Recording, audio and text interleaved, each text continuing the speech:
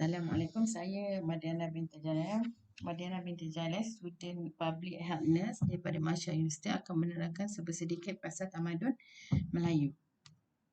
Pengenalan tamadun Melayu adalah tamadun yang dibangunkan oleh sekelompok manusia yang digolongkan secara luas sebagai kumpulan orang Melayu yang tertumpu di suatu wilayah di Asia Tenggara.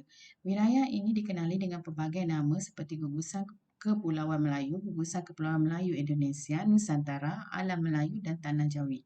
Negara di Siam, Semenanjung Tanah Melayu, Pulau Sumatera, Jawa, Madura, Sunda, Borneo, Sulawesi, Filipina, Pulau-Pulau Timur Indonesia, Brunei, Singapura dan juga Puca ke Vietnam. Okay, definisi tamadun ada merupakan pinjaman bahasa-bahasa Parsi dan Arab, iaitu madana, yang bererti membuka bandar. Menurut Tenas Effendi 2004, istilah Melayu mempunyai maksud yang dalam dan luas. Istilah Melayu juga terdapat dua pengertian, iaitu Melayu dan Kemelayuan. Melayu dimaksudkan sebagai satu rumpun bahasa Melayu yang menggunakan bahasa Melayu, sementara Kemelayuan mengandungi erti nilai anutan ataupun jati diri Melayu. Selain daripada itu, tamadun Melayu adalah satu tamadun yang wujud daripada keturunan itu sendiri sejak kedatangan Islam. Tamadun ini juga menunjukkan pelbagai bentuk kemajuan dari segi bidang teknologi seperti seni bina, pengaliran, pembuatan dan lain-lain lagi. Kehadiran tamadun ini juga mendatangkan impak ataupun kesan yang besar kepada masyarakat daripada pelbagai aspek, antaranya budaya dalam sebuah tamadun, politik dan sebagainya. Ciri-ciri tamadun Melayu adalah mempunyai sistem perundangan yang jelas dan teratur serta sistem nilai melalui etika dan moral yang berwibawa. Sistem ini berkuat kuasa untuk menjamin kemakmuran dari semua pelaku dan tindak tanduk masyarakat Melayu dalam segala aktiviti. Kemajuan ilmu pengetahuan melahirkan daya kreativiti dalam mencipta sains, teknologi, kesenian, kesusasteraan, falsafah dan sebagainya. Penempatan masyarakat Melayu, beberapa kawasan disatukan menjadi bandar, kota atau negara kota yang mempunyai pusat pentadbiran yang tersusun. Okey, dan tamadun Melayu, jangka hayat tamadun Melayu yang stabil dan panjang, mempunyai sistem organisasi sosial dan institusi sosial yang kukuh dalam bidang pentadbiran, ekonomi, politik, pendidikan dan agama. Penggunaan sistem tulisan, komunikasi dan bahasa yang sama atau serumpun. Ia juga mempunyai peningkatan kualiti hidup melalui pendidikan, kesihatan dan juga ekonomi. Terdapat sistem kepercayaan dalam agama, iaitu Islam dan amalan beragama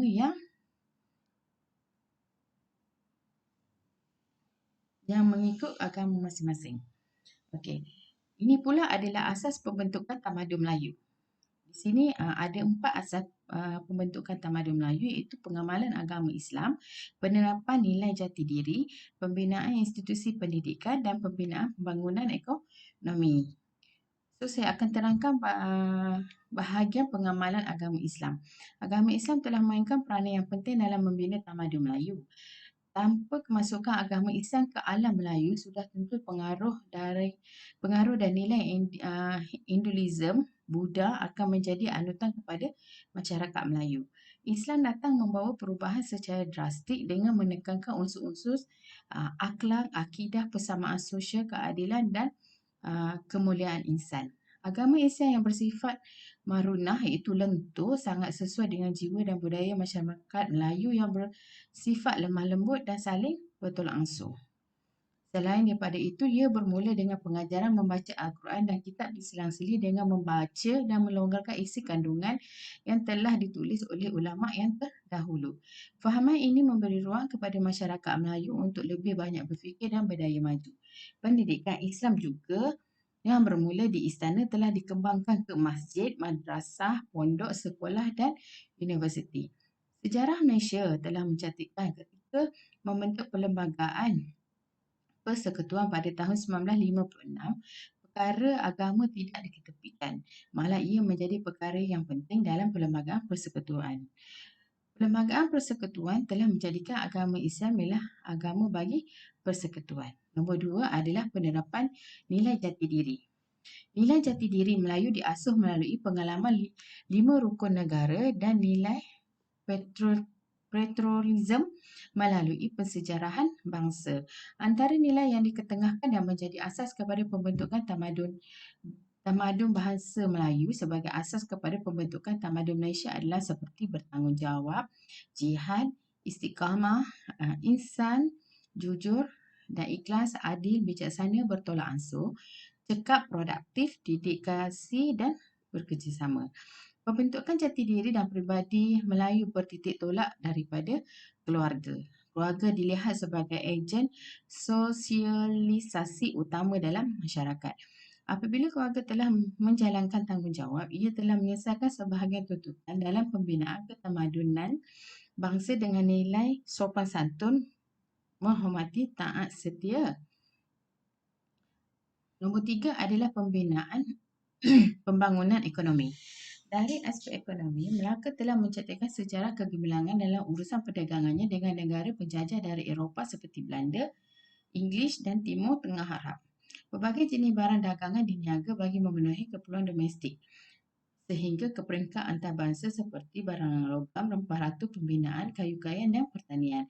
Pada waktu itu, urusan jual beli dijalankan dengan menggunakan wang emas. Perkembangan pesat ekonomi semenanjung Tanah Melayu telah mencetuskan keperluan tenaga kerja di sektor perdagangan dan pelombongan. Bagi mengatasi masalah ini, penjajah Inggeris telah membawa buruh asing khususnya dari India dan China untuk memenuhi keperluan tenaga buruh. Pada tahun 1970, kerajaan telah memperkenalkan dasar ekonomi baru bagi merapatkan jurang perbezaan ekonomi dalam kalangan masyarakat Melayu, China dan India. Pengeksportan pertanian negara seperti biji timah, getah, kelapa sawit, kelapa dan perindustrian turut menyumbang kepada hasil negara. Nombor 4 adalah pembinaan institusi pendidikan. Kewujudan Islam di dalam Melayu ditulis dengan menggunakan huruf Kawi dan Nagari yang berasal dari Pallava India. Tulisan Jawi mula terkenal dalam tamadun Melayu selepas kedatangan Islam. Huruf Arab yang berasal dari Al-Quran telah menggantikan huruf Kawi dan Nagari. Kedatangan Islam ke alam Melayu ini telah melahirkan satu bentuk tulisan baru bagi masyarakat rantau ini yang dikenali sebagai tulisan Jawi. Tulisan ini telah digunakan secara meluas dalam bidang penulisan kitab agama Islam yang menjadikan medium utama penyebaran agama Islam di daerah Nusantara. Kedatangan penjajah Inggeris dengan membawa tulisan Rumi turut menjadi cabaran kepada tulisan Jawi. Pihak Inggeris enggan mengisytiharkan tulisan Jawi kerana ia mirip tulisan Arab yang dikaitkan dengan agama Islam. Kehadiran Inggeris dengan misi kristianisasi telah gagal mengubah akidah orang Melayu yang sangat kuat berpegang dengan akidah Islam tetapi telah berjaya menggantikan tulisan Jawi dengan tulisan Rumi. Institusi pendidikan berkembang bermula dari pendidikan di istana, rumah tuk guru, sistem pondok, sekolah Arab ataupun sekolah agama, pendidikan Inggeris dan seterusnya tertubuhnya sekolah rendah dan menengah, kolej, maktab dan universiti. Selain daripada itu, bukti kewujudan tamadun Melayu. Wujudnya tamadun Melayu, masyarakat Melayu Proto terkenal dengan teknik penanaman tanaman padi untuk dibuat nasi. Mengikut teori tersebut, Melayu Proto atau Melayu asli yang pertama mempunyai kemahiran dalam bidang pertanian sementara golongan yang kedua adalah Melayu Jutro mendiami pesisiran pantai yang mempunyai kemahiran dalam menangkap ikan. Bukti inskripsi batu bersurat mempunyai teks silam Melayu yang mempunyai persamaan dengan tulisan yang terdapat pada muka pintu Yunan. Tulisan moden Yunan ini merupakan tulisan tradisional minoriti. Itu adalah bukti kewujudan tamadun Melayu. Selain daripada itu, penemuan batu bersurat dan makam para raja atau sultan yang bertulis Arab. Itu juga melalui Undang-Undang Laut Melayu dan Hukum Kanun Melaka yang juga mengamalkan perundangan syariat Islam melalui sistem percukaian dan hukum muamalat, iaitu berniaga semasa pemerintahan Kesultanan Melayu Melaka.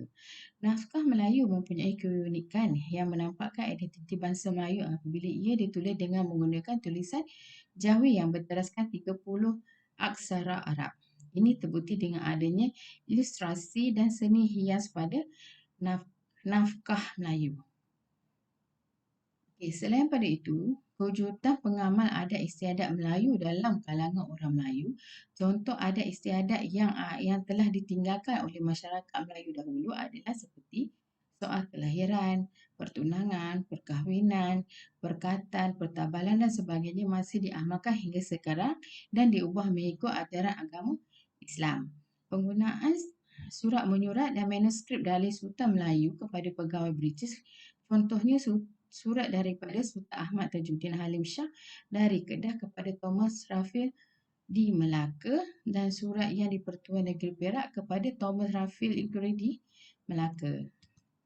Selain daripada itu, pembinaan bumbung seperti bumbung limas, rumah mempunyai serambi atau beranda, peninggalan peralatan harian seperti mangkuk, piring, kuali dan labu sayung yang dibuat daripada tanah liat masih ada di pusat pameran sejarah kewujudan tamadun Melayu di Malaysia. Selain daripada itu, seni ukiran masyarakat Melayu kaya dengan khazanah seni perbuatan alat muzik seperti gambang, rebana, kompang, kecapi, seruling, gambus, ganggung.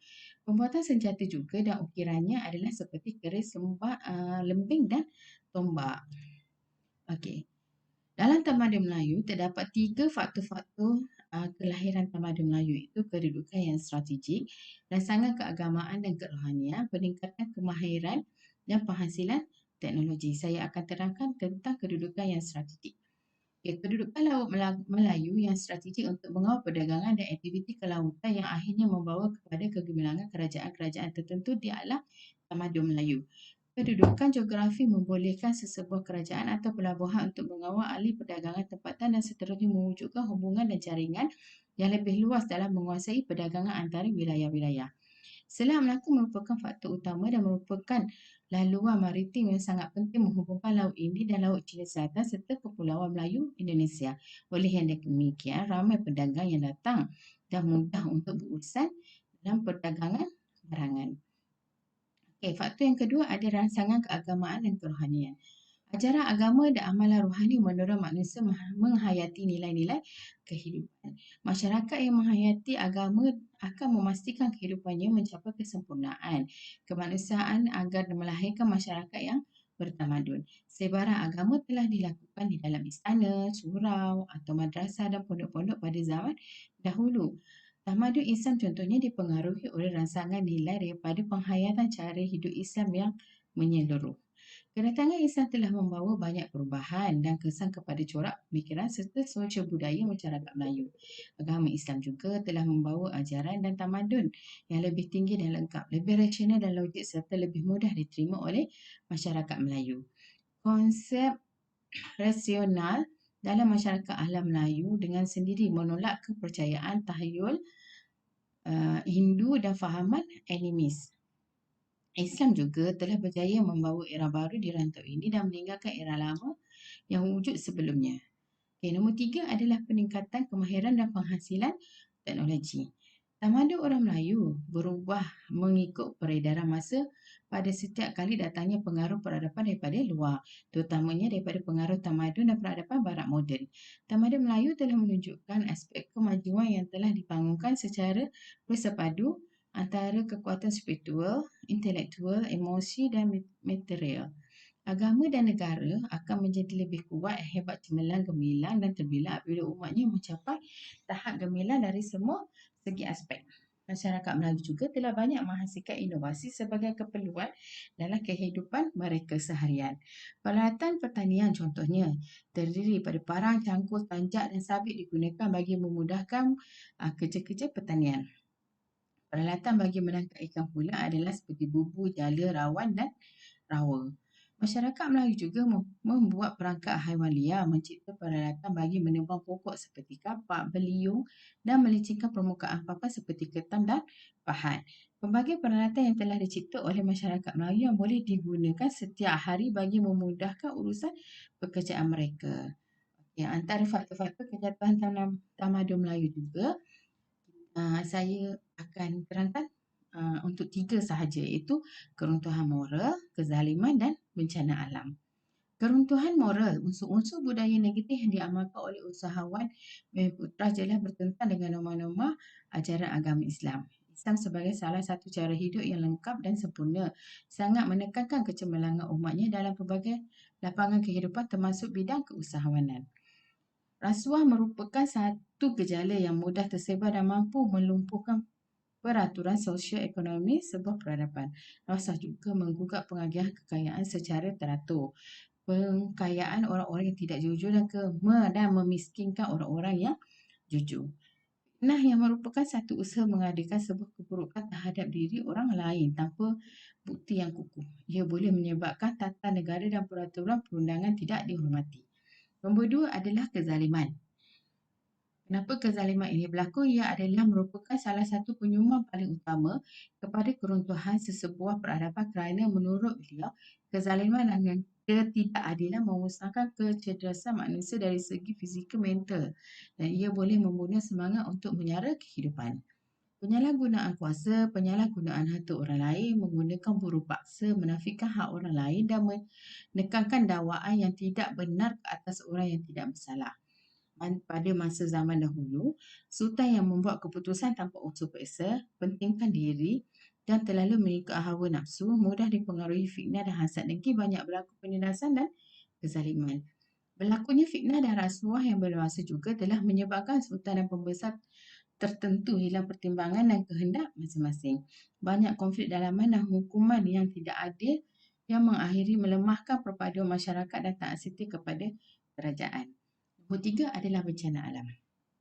Bencana alam yang berlaku adalah peperangan dan konflik dengan Aru juga dipercayai dengan tujuan penyebaran agama Islam di Aru yang pada ketika itu penganut agama Hindu.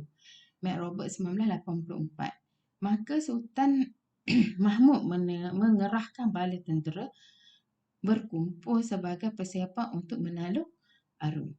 Wujud kelonggaran dalam penguasaan arahan dan undang-undang sejak tahun 1506 sehingga mewujudkan masalah antara kerajaan Melaka dengan pihak tentera. Apabila peperangan dan malapetaka berlaku, boleh menyebabkan kemusnahan secara besar-besaran dan ini adalah luar daripada kawalan manusia. Antara sumbangan tamadun Melayu juga adalah sumbangan dalam pembentukan kerajaan dan sistem pemerintahan. Dua adalah sumbangan dalam bidang ekonomi. Tiga adalah sumbangan dalam bidang pendidikan. Saya akan terangkan untuk sumbangan dalam pembentukan kerajaan dan sistem pemerintahan dalam tamadun Melayu. Pembentukan kerajaan dan sistem pemerintahan telah bermula dari zaman pemerintahan Melayu yang juga merupakan kesinambungan dari beberapa buah kerajaan atau pusat tamadun Melayu seperti Srivijaya, Temasek, Johor, Johor Riau dan Lingkar. Sistem pemerintahan negara Malaysia mengamalkan sistem beraja iaitu monarki melalui sistem pentadbiran berparlimen dan perlembagaan yang merangkumi keseluruhan 16 buah negeri. Walau bagaimanapun 4 buah negeri iaitu Pulau Pinang, Melaka, Sabah dan Sarawak diperintah oleh Ketua Menteri dan Gubernur berbanding dengan 12 negeri yang lain yang diketuai oleh Sultan. Kesemua negeri tersebut diletak di bawah kerajaan persekutuan yang diketuai oleh Duli Yang Maha Mulia yang di-Pertuan Agong. Tamadun Melayu di bawah sistem beraja ke bawah Duli Yang Maha Mulia yang di-Pertuan Agong, semua sistem pemerintahan dapat disepadukan, keadilan dapat ditegakkan, agama Islam dapat dipelihara, budaya dan bangsa yang datang daripada pelbagai kaum juga telah dapat disatukan. Terdapat 9 buah negeri iaitu Perlis, Kedah, Perak, Selangor, Negeri Sembilan, Johor, Pahang, Terengganu dan Kelantan yang terus mengekalkan sistem pemerintahan secara bersultan. Kesultanan Melayu ialah yang menjadi tunjang utama dalam pelaksanaan tamadun Melayu sehingga sekarang. Susul galur sistem pemerintahan di Tanah Melayu bermula dengan Kerajaan Islam Palembang, Pasai, Aceh dan Riau di bahagian selatan Tanah Melayu, manakala di utara Tanah Melayu dimulai dengan Kerajaan Islam Patani. Negeri di bawah utara Tanah Melayu seperti Kedah telah menerima pengaruh Kerajaan Islam Patani melalui Undang-Undang Negeri Kedah. Kemudiannya tersebar Kerajaan Kesultanan Melayu Perak melalui sistem pentadbiran yang diberi nama Al-Hasma'ullah dan Undang-Undang 99 oleh Kerajaan Melayu Pahang. Sumbangan dalam bidang ekonomi pula, tamadun Melayu berjaya menggerakkan sistem ekonomi masyarakat Melayu sehingga terkenal di serata dunia khususnya di Eropah, China, Arab dan India. Ini dapat dibuktikan melalui catatan bahawa kekayaan dan kemakmuran ekonomi kerajaan Melayu Melaka telah menjadikan faktor utama penaklukan Portugis ke atas Melaka. Nombor dua, Perdagangan dan pelabuhan telah dikuasai sepenuhnya oleh masyarakat Melayu Melaka yang diperbuat secara mikro, secara individu, pasar dan bandar kecil. Pergerakan ke arah ekonomi makro apabila aktiviti perdagangan Melaka mula menjalankan kegiatan import dan ekspor melalui para pedagang dari luar Eropah, China, Arab dan India. Malah pedagang-pedagang seperti Aceh, Pasai, Pakasar, Maluku, Demak, Betawi, Terengganu, Siam, Pahang, Kedah dan Johor turut merancangkan lagi perdagangan di pelabuhan Kota Melaka yang telah ditadbir urus oleh Sultan Muzaffar Shah pada zaman dahulu. Beliau telah menubuhkan satu jawatankuasa khas. Jawatankuasa itu ditubuhkan bagi mengawasi semua laluan dan aktiviti perdagangan Kota Melaka melalui Datuk Shah Bandar yang memperkenalkan sistem ketutupan tikai serta peraturan perniagaan yang lain seperti hal timbangan, pertukaran sistem barter dan pertukaran mata wang yang digunakan dalam bentuk perdagangan. Nombor 3 adalah sumbangan dalam bidang pendidikan. Selepas kedatangan Islam, sistem pendidikan di Tanah Melayu mula mencampakkan ciri-ciri pendidikan yang tersusun melalui istana dan kemudiannya tersebar ke rumah ulama ataupun rumah tuk guru, masjid, pondok dan madrasah. Kebijaksanaan para pendakwah dari negara Arab yang pada mulanya datang ke Melaka sebagai pedagang telah mengambil kesempatan untuk menyebarkan agama Islam.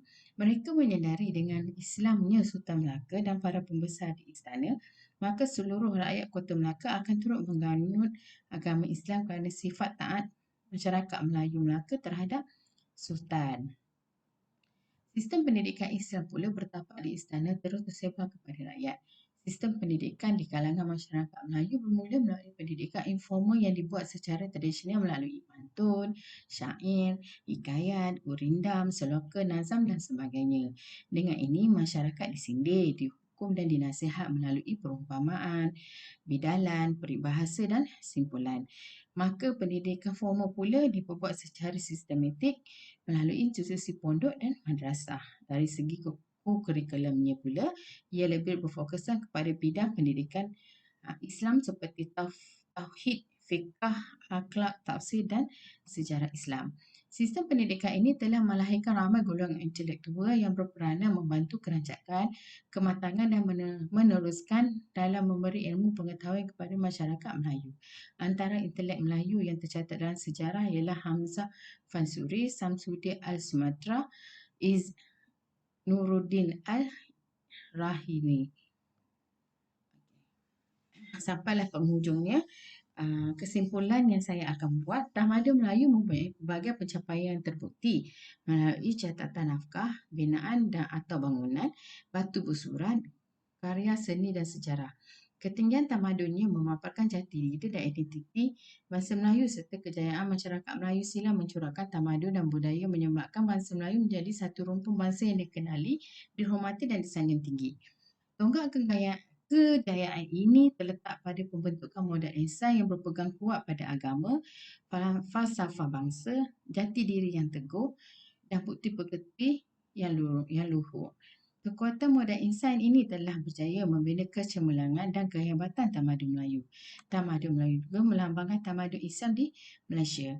Tonggak kejayaan ini terletak pada pembentukan modal insan yang berpegang kuat pada agama, falsafah, jati diri yang teguh dan budi pekerti yang luhur. Kekuatan Melayu membawa kecemerlangan pada kehebatan tamadun Melayu. Tamadun Melayu melambangkan tamadun Islam di Malaysia yang kekal hingga sekarang. Sekian, terima kasih daripada saya segala penerangan pasal tamadun Melayu.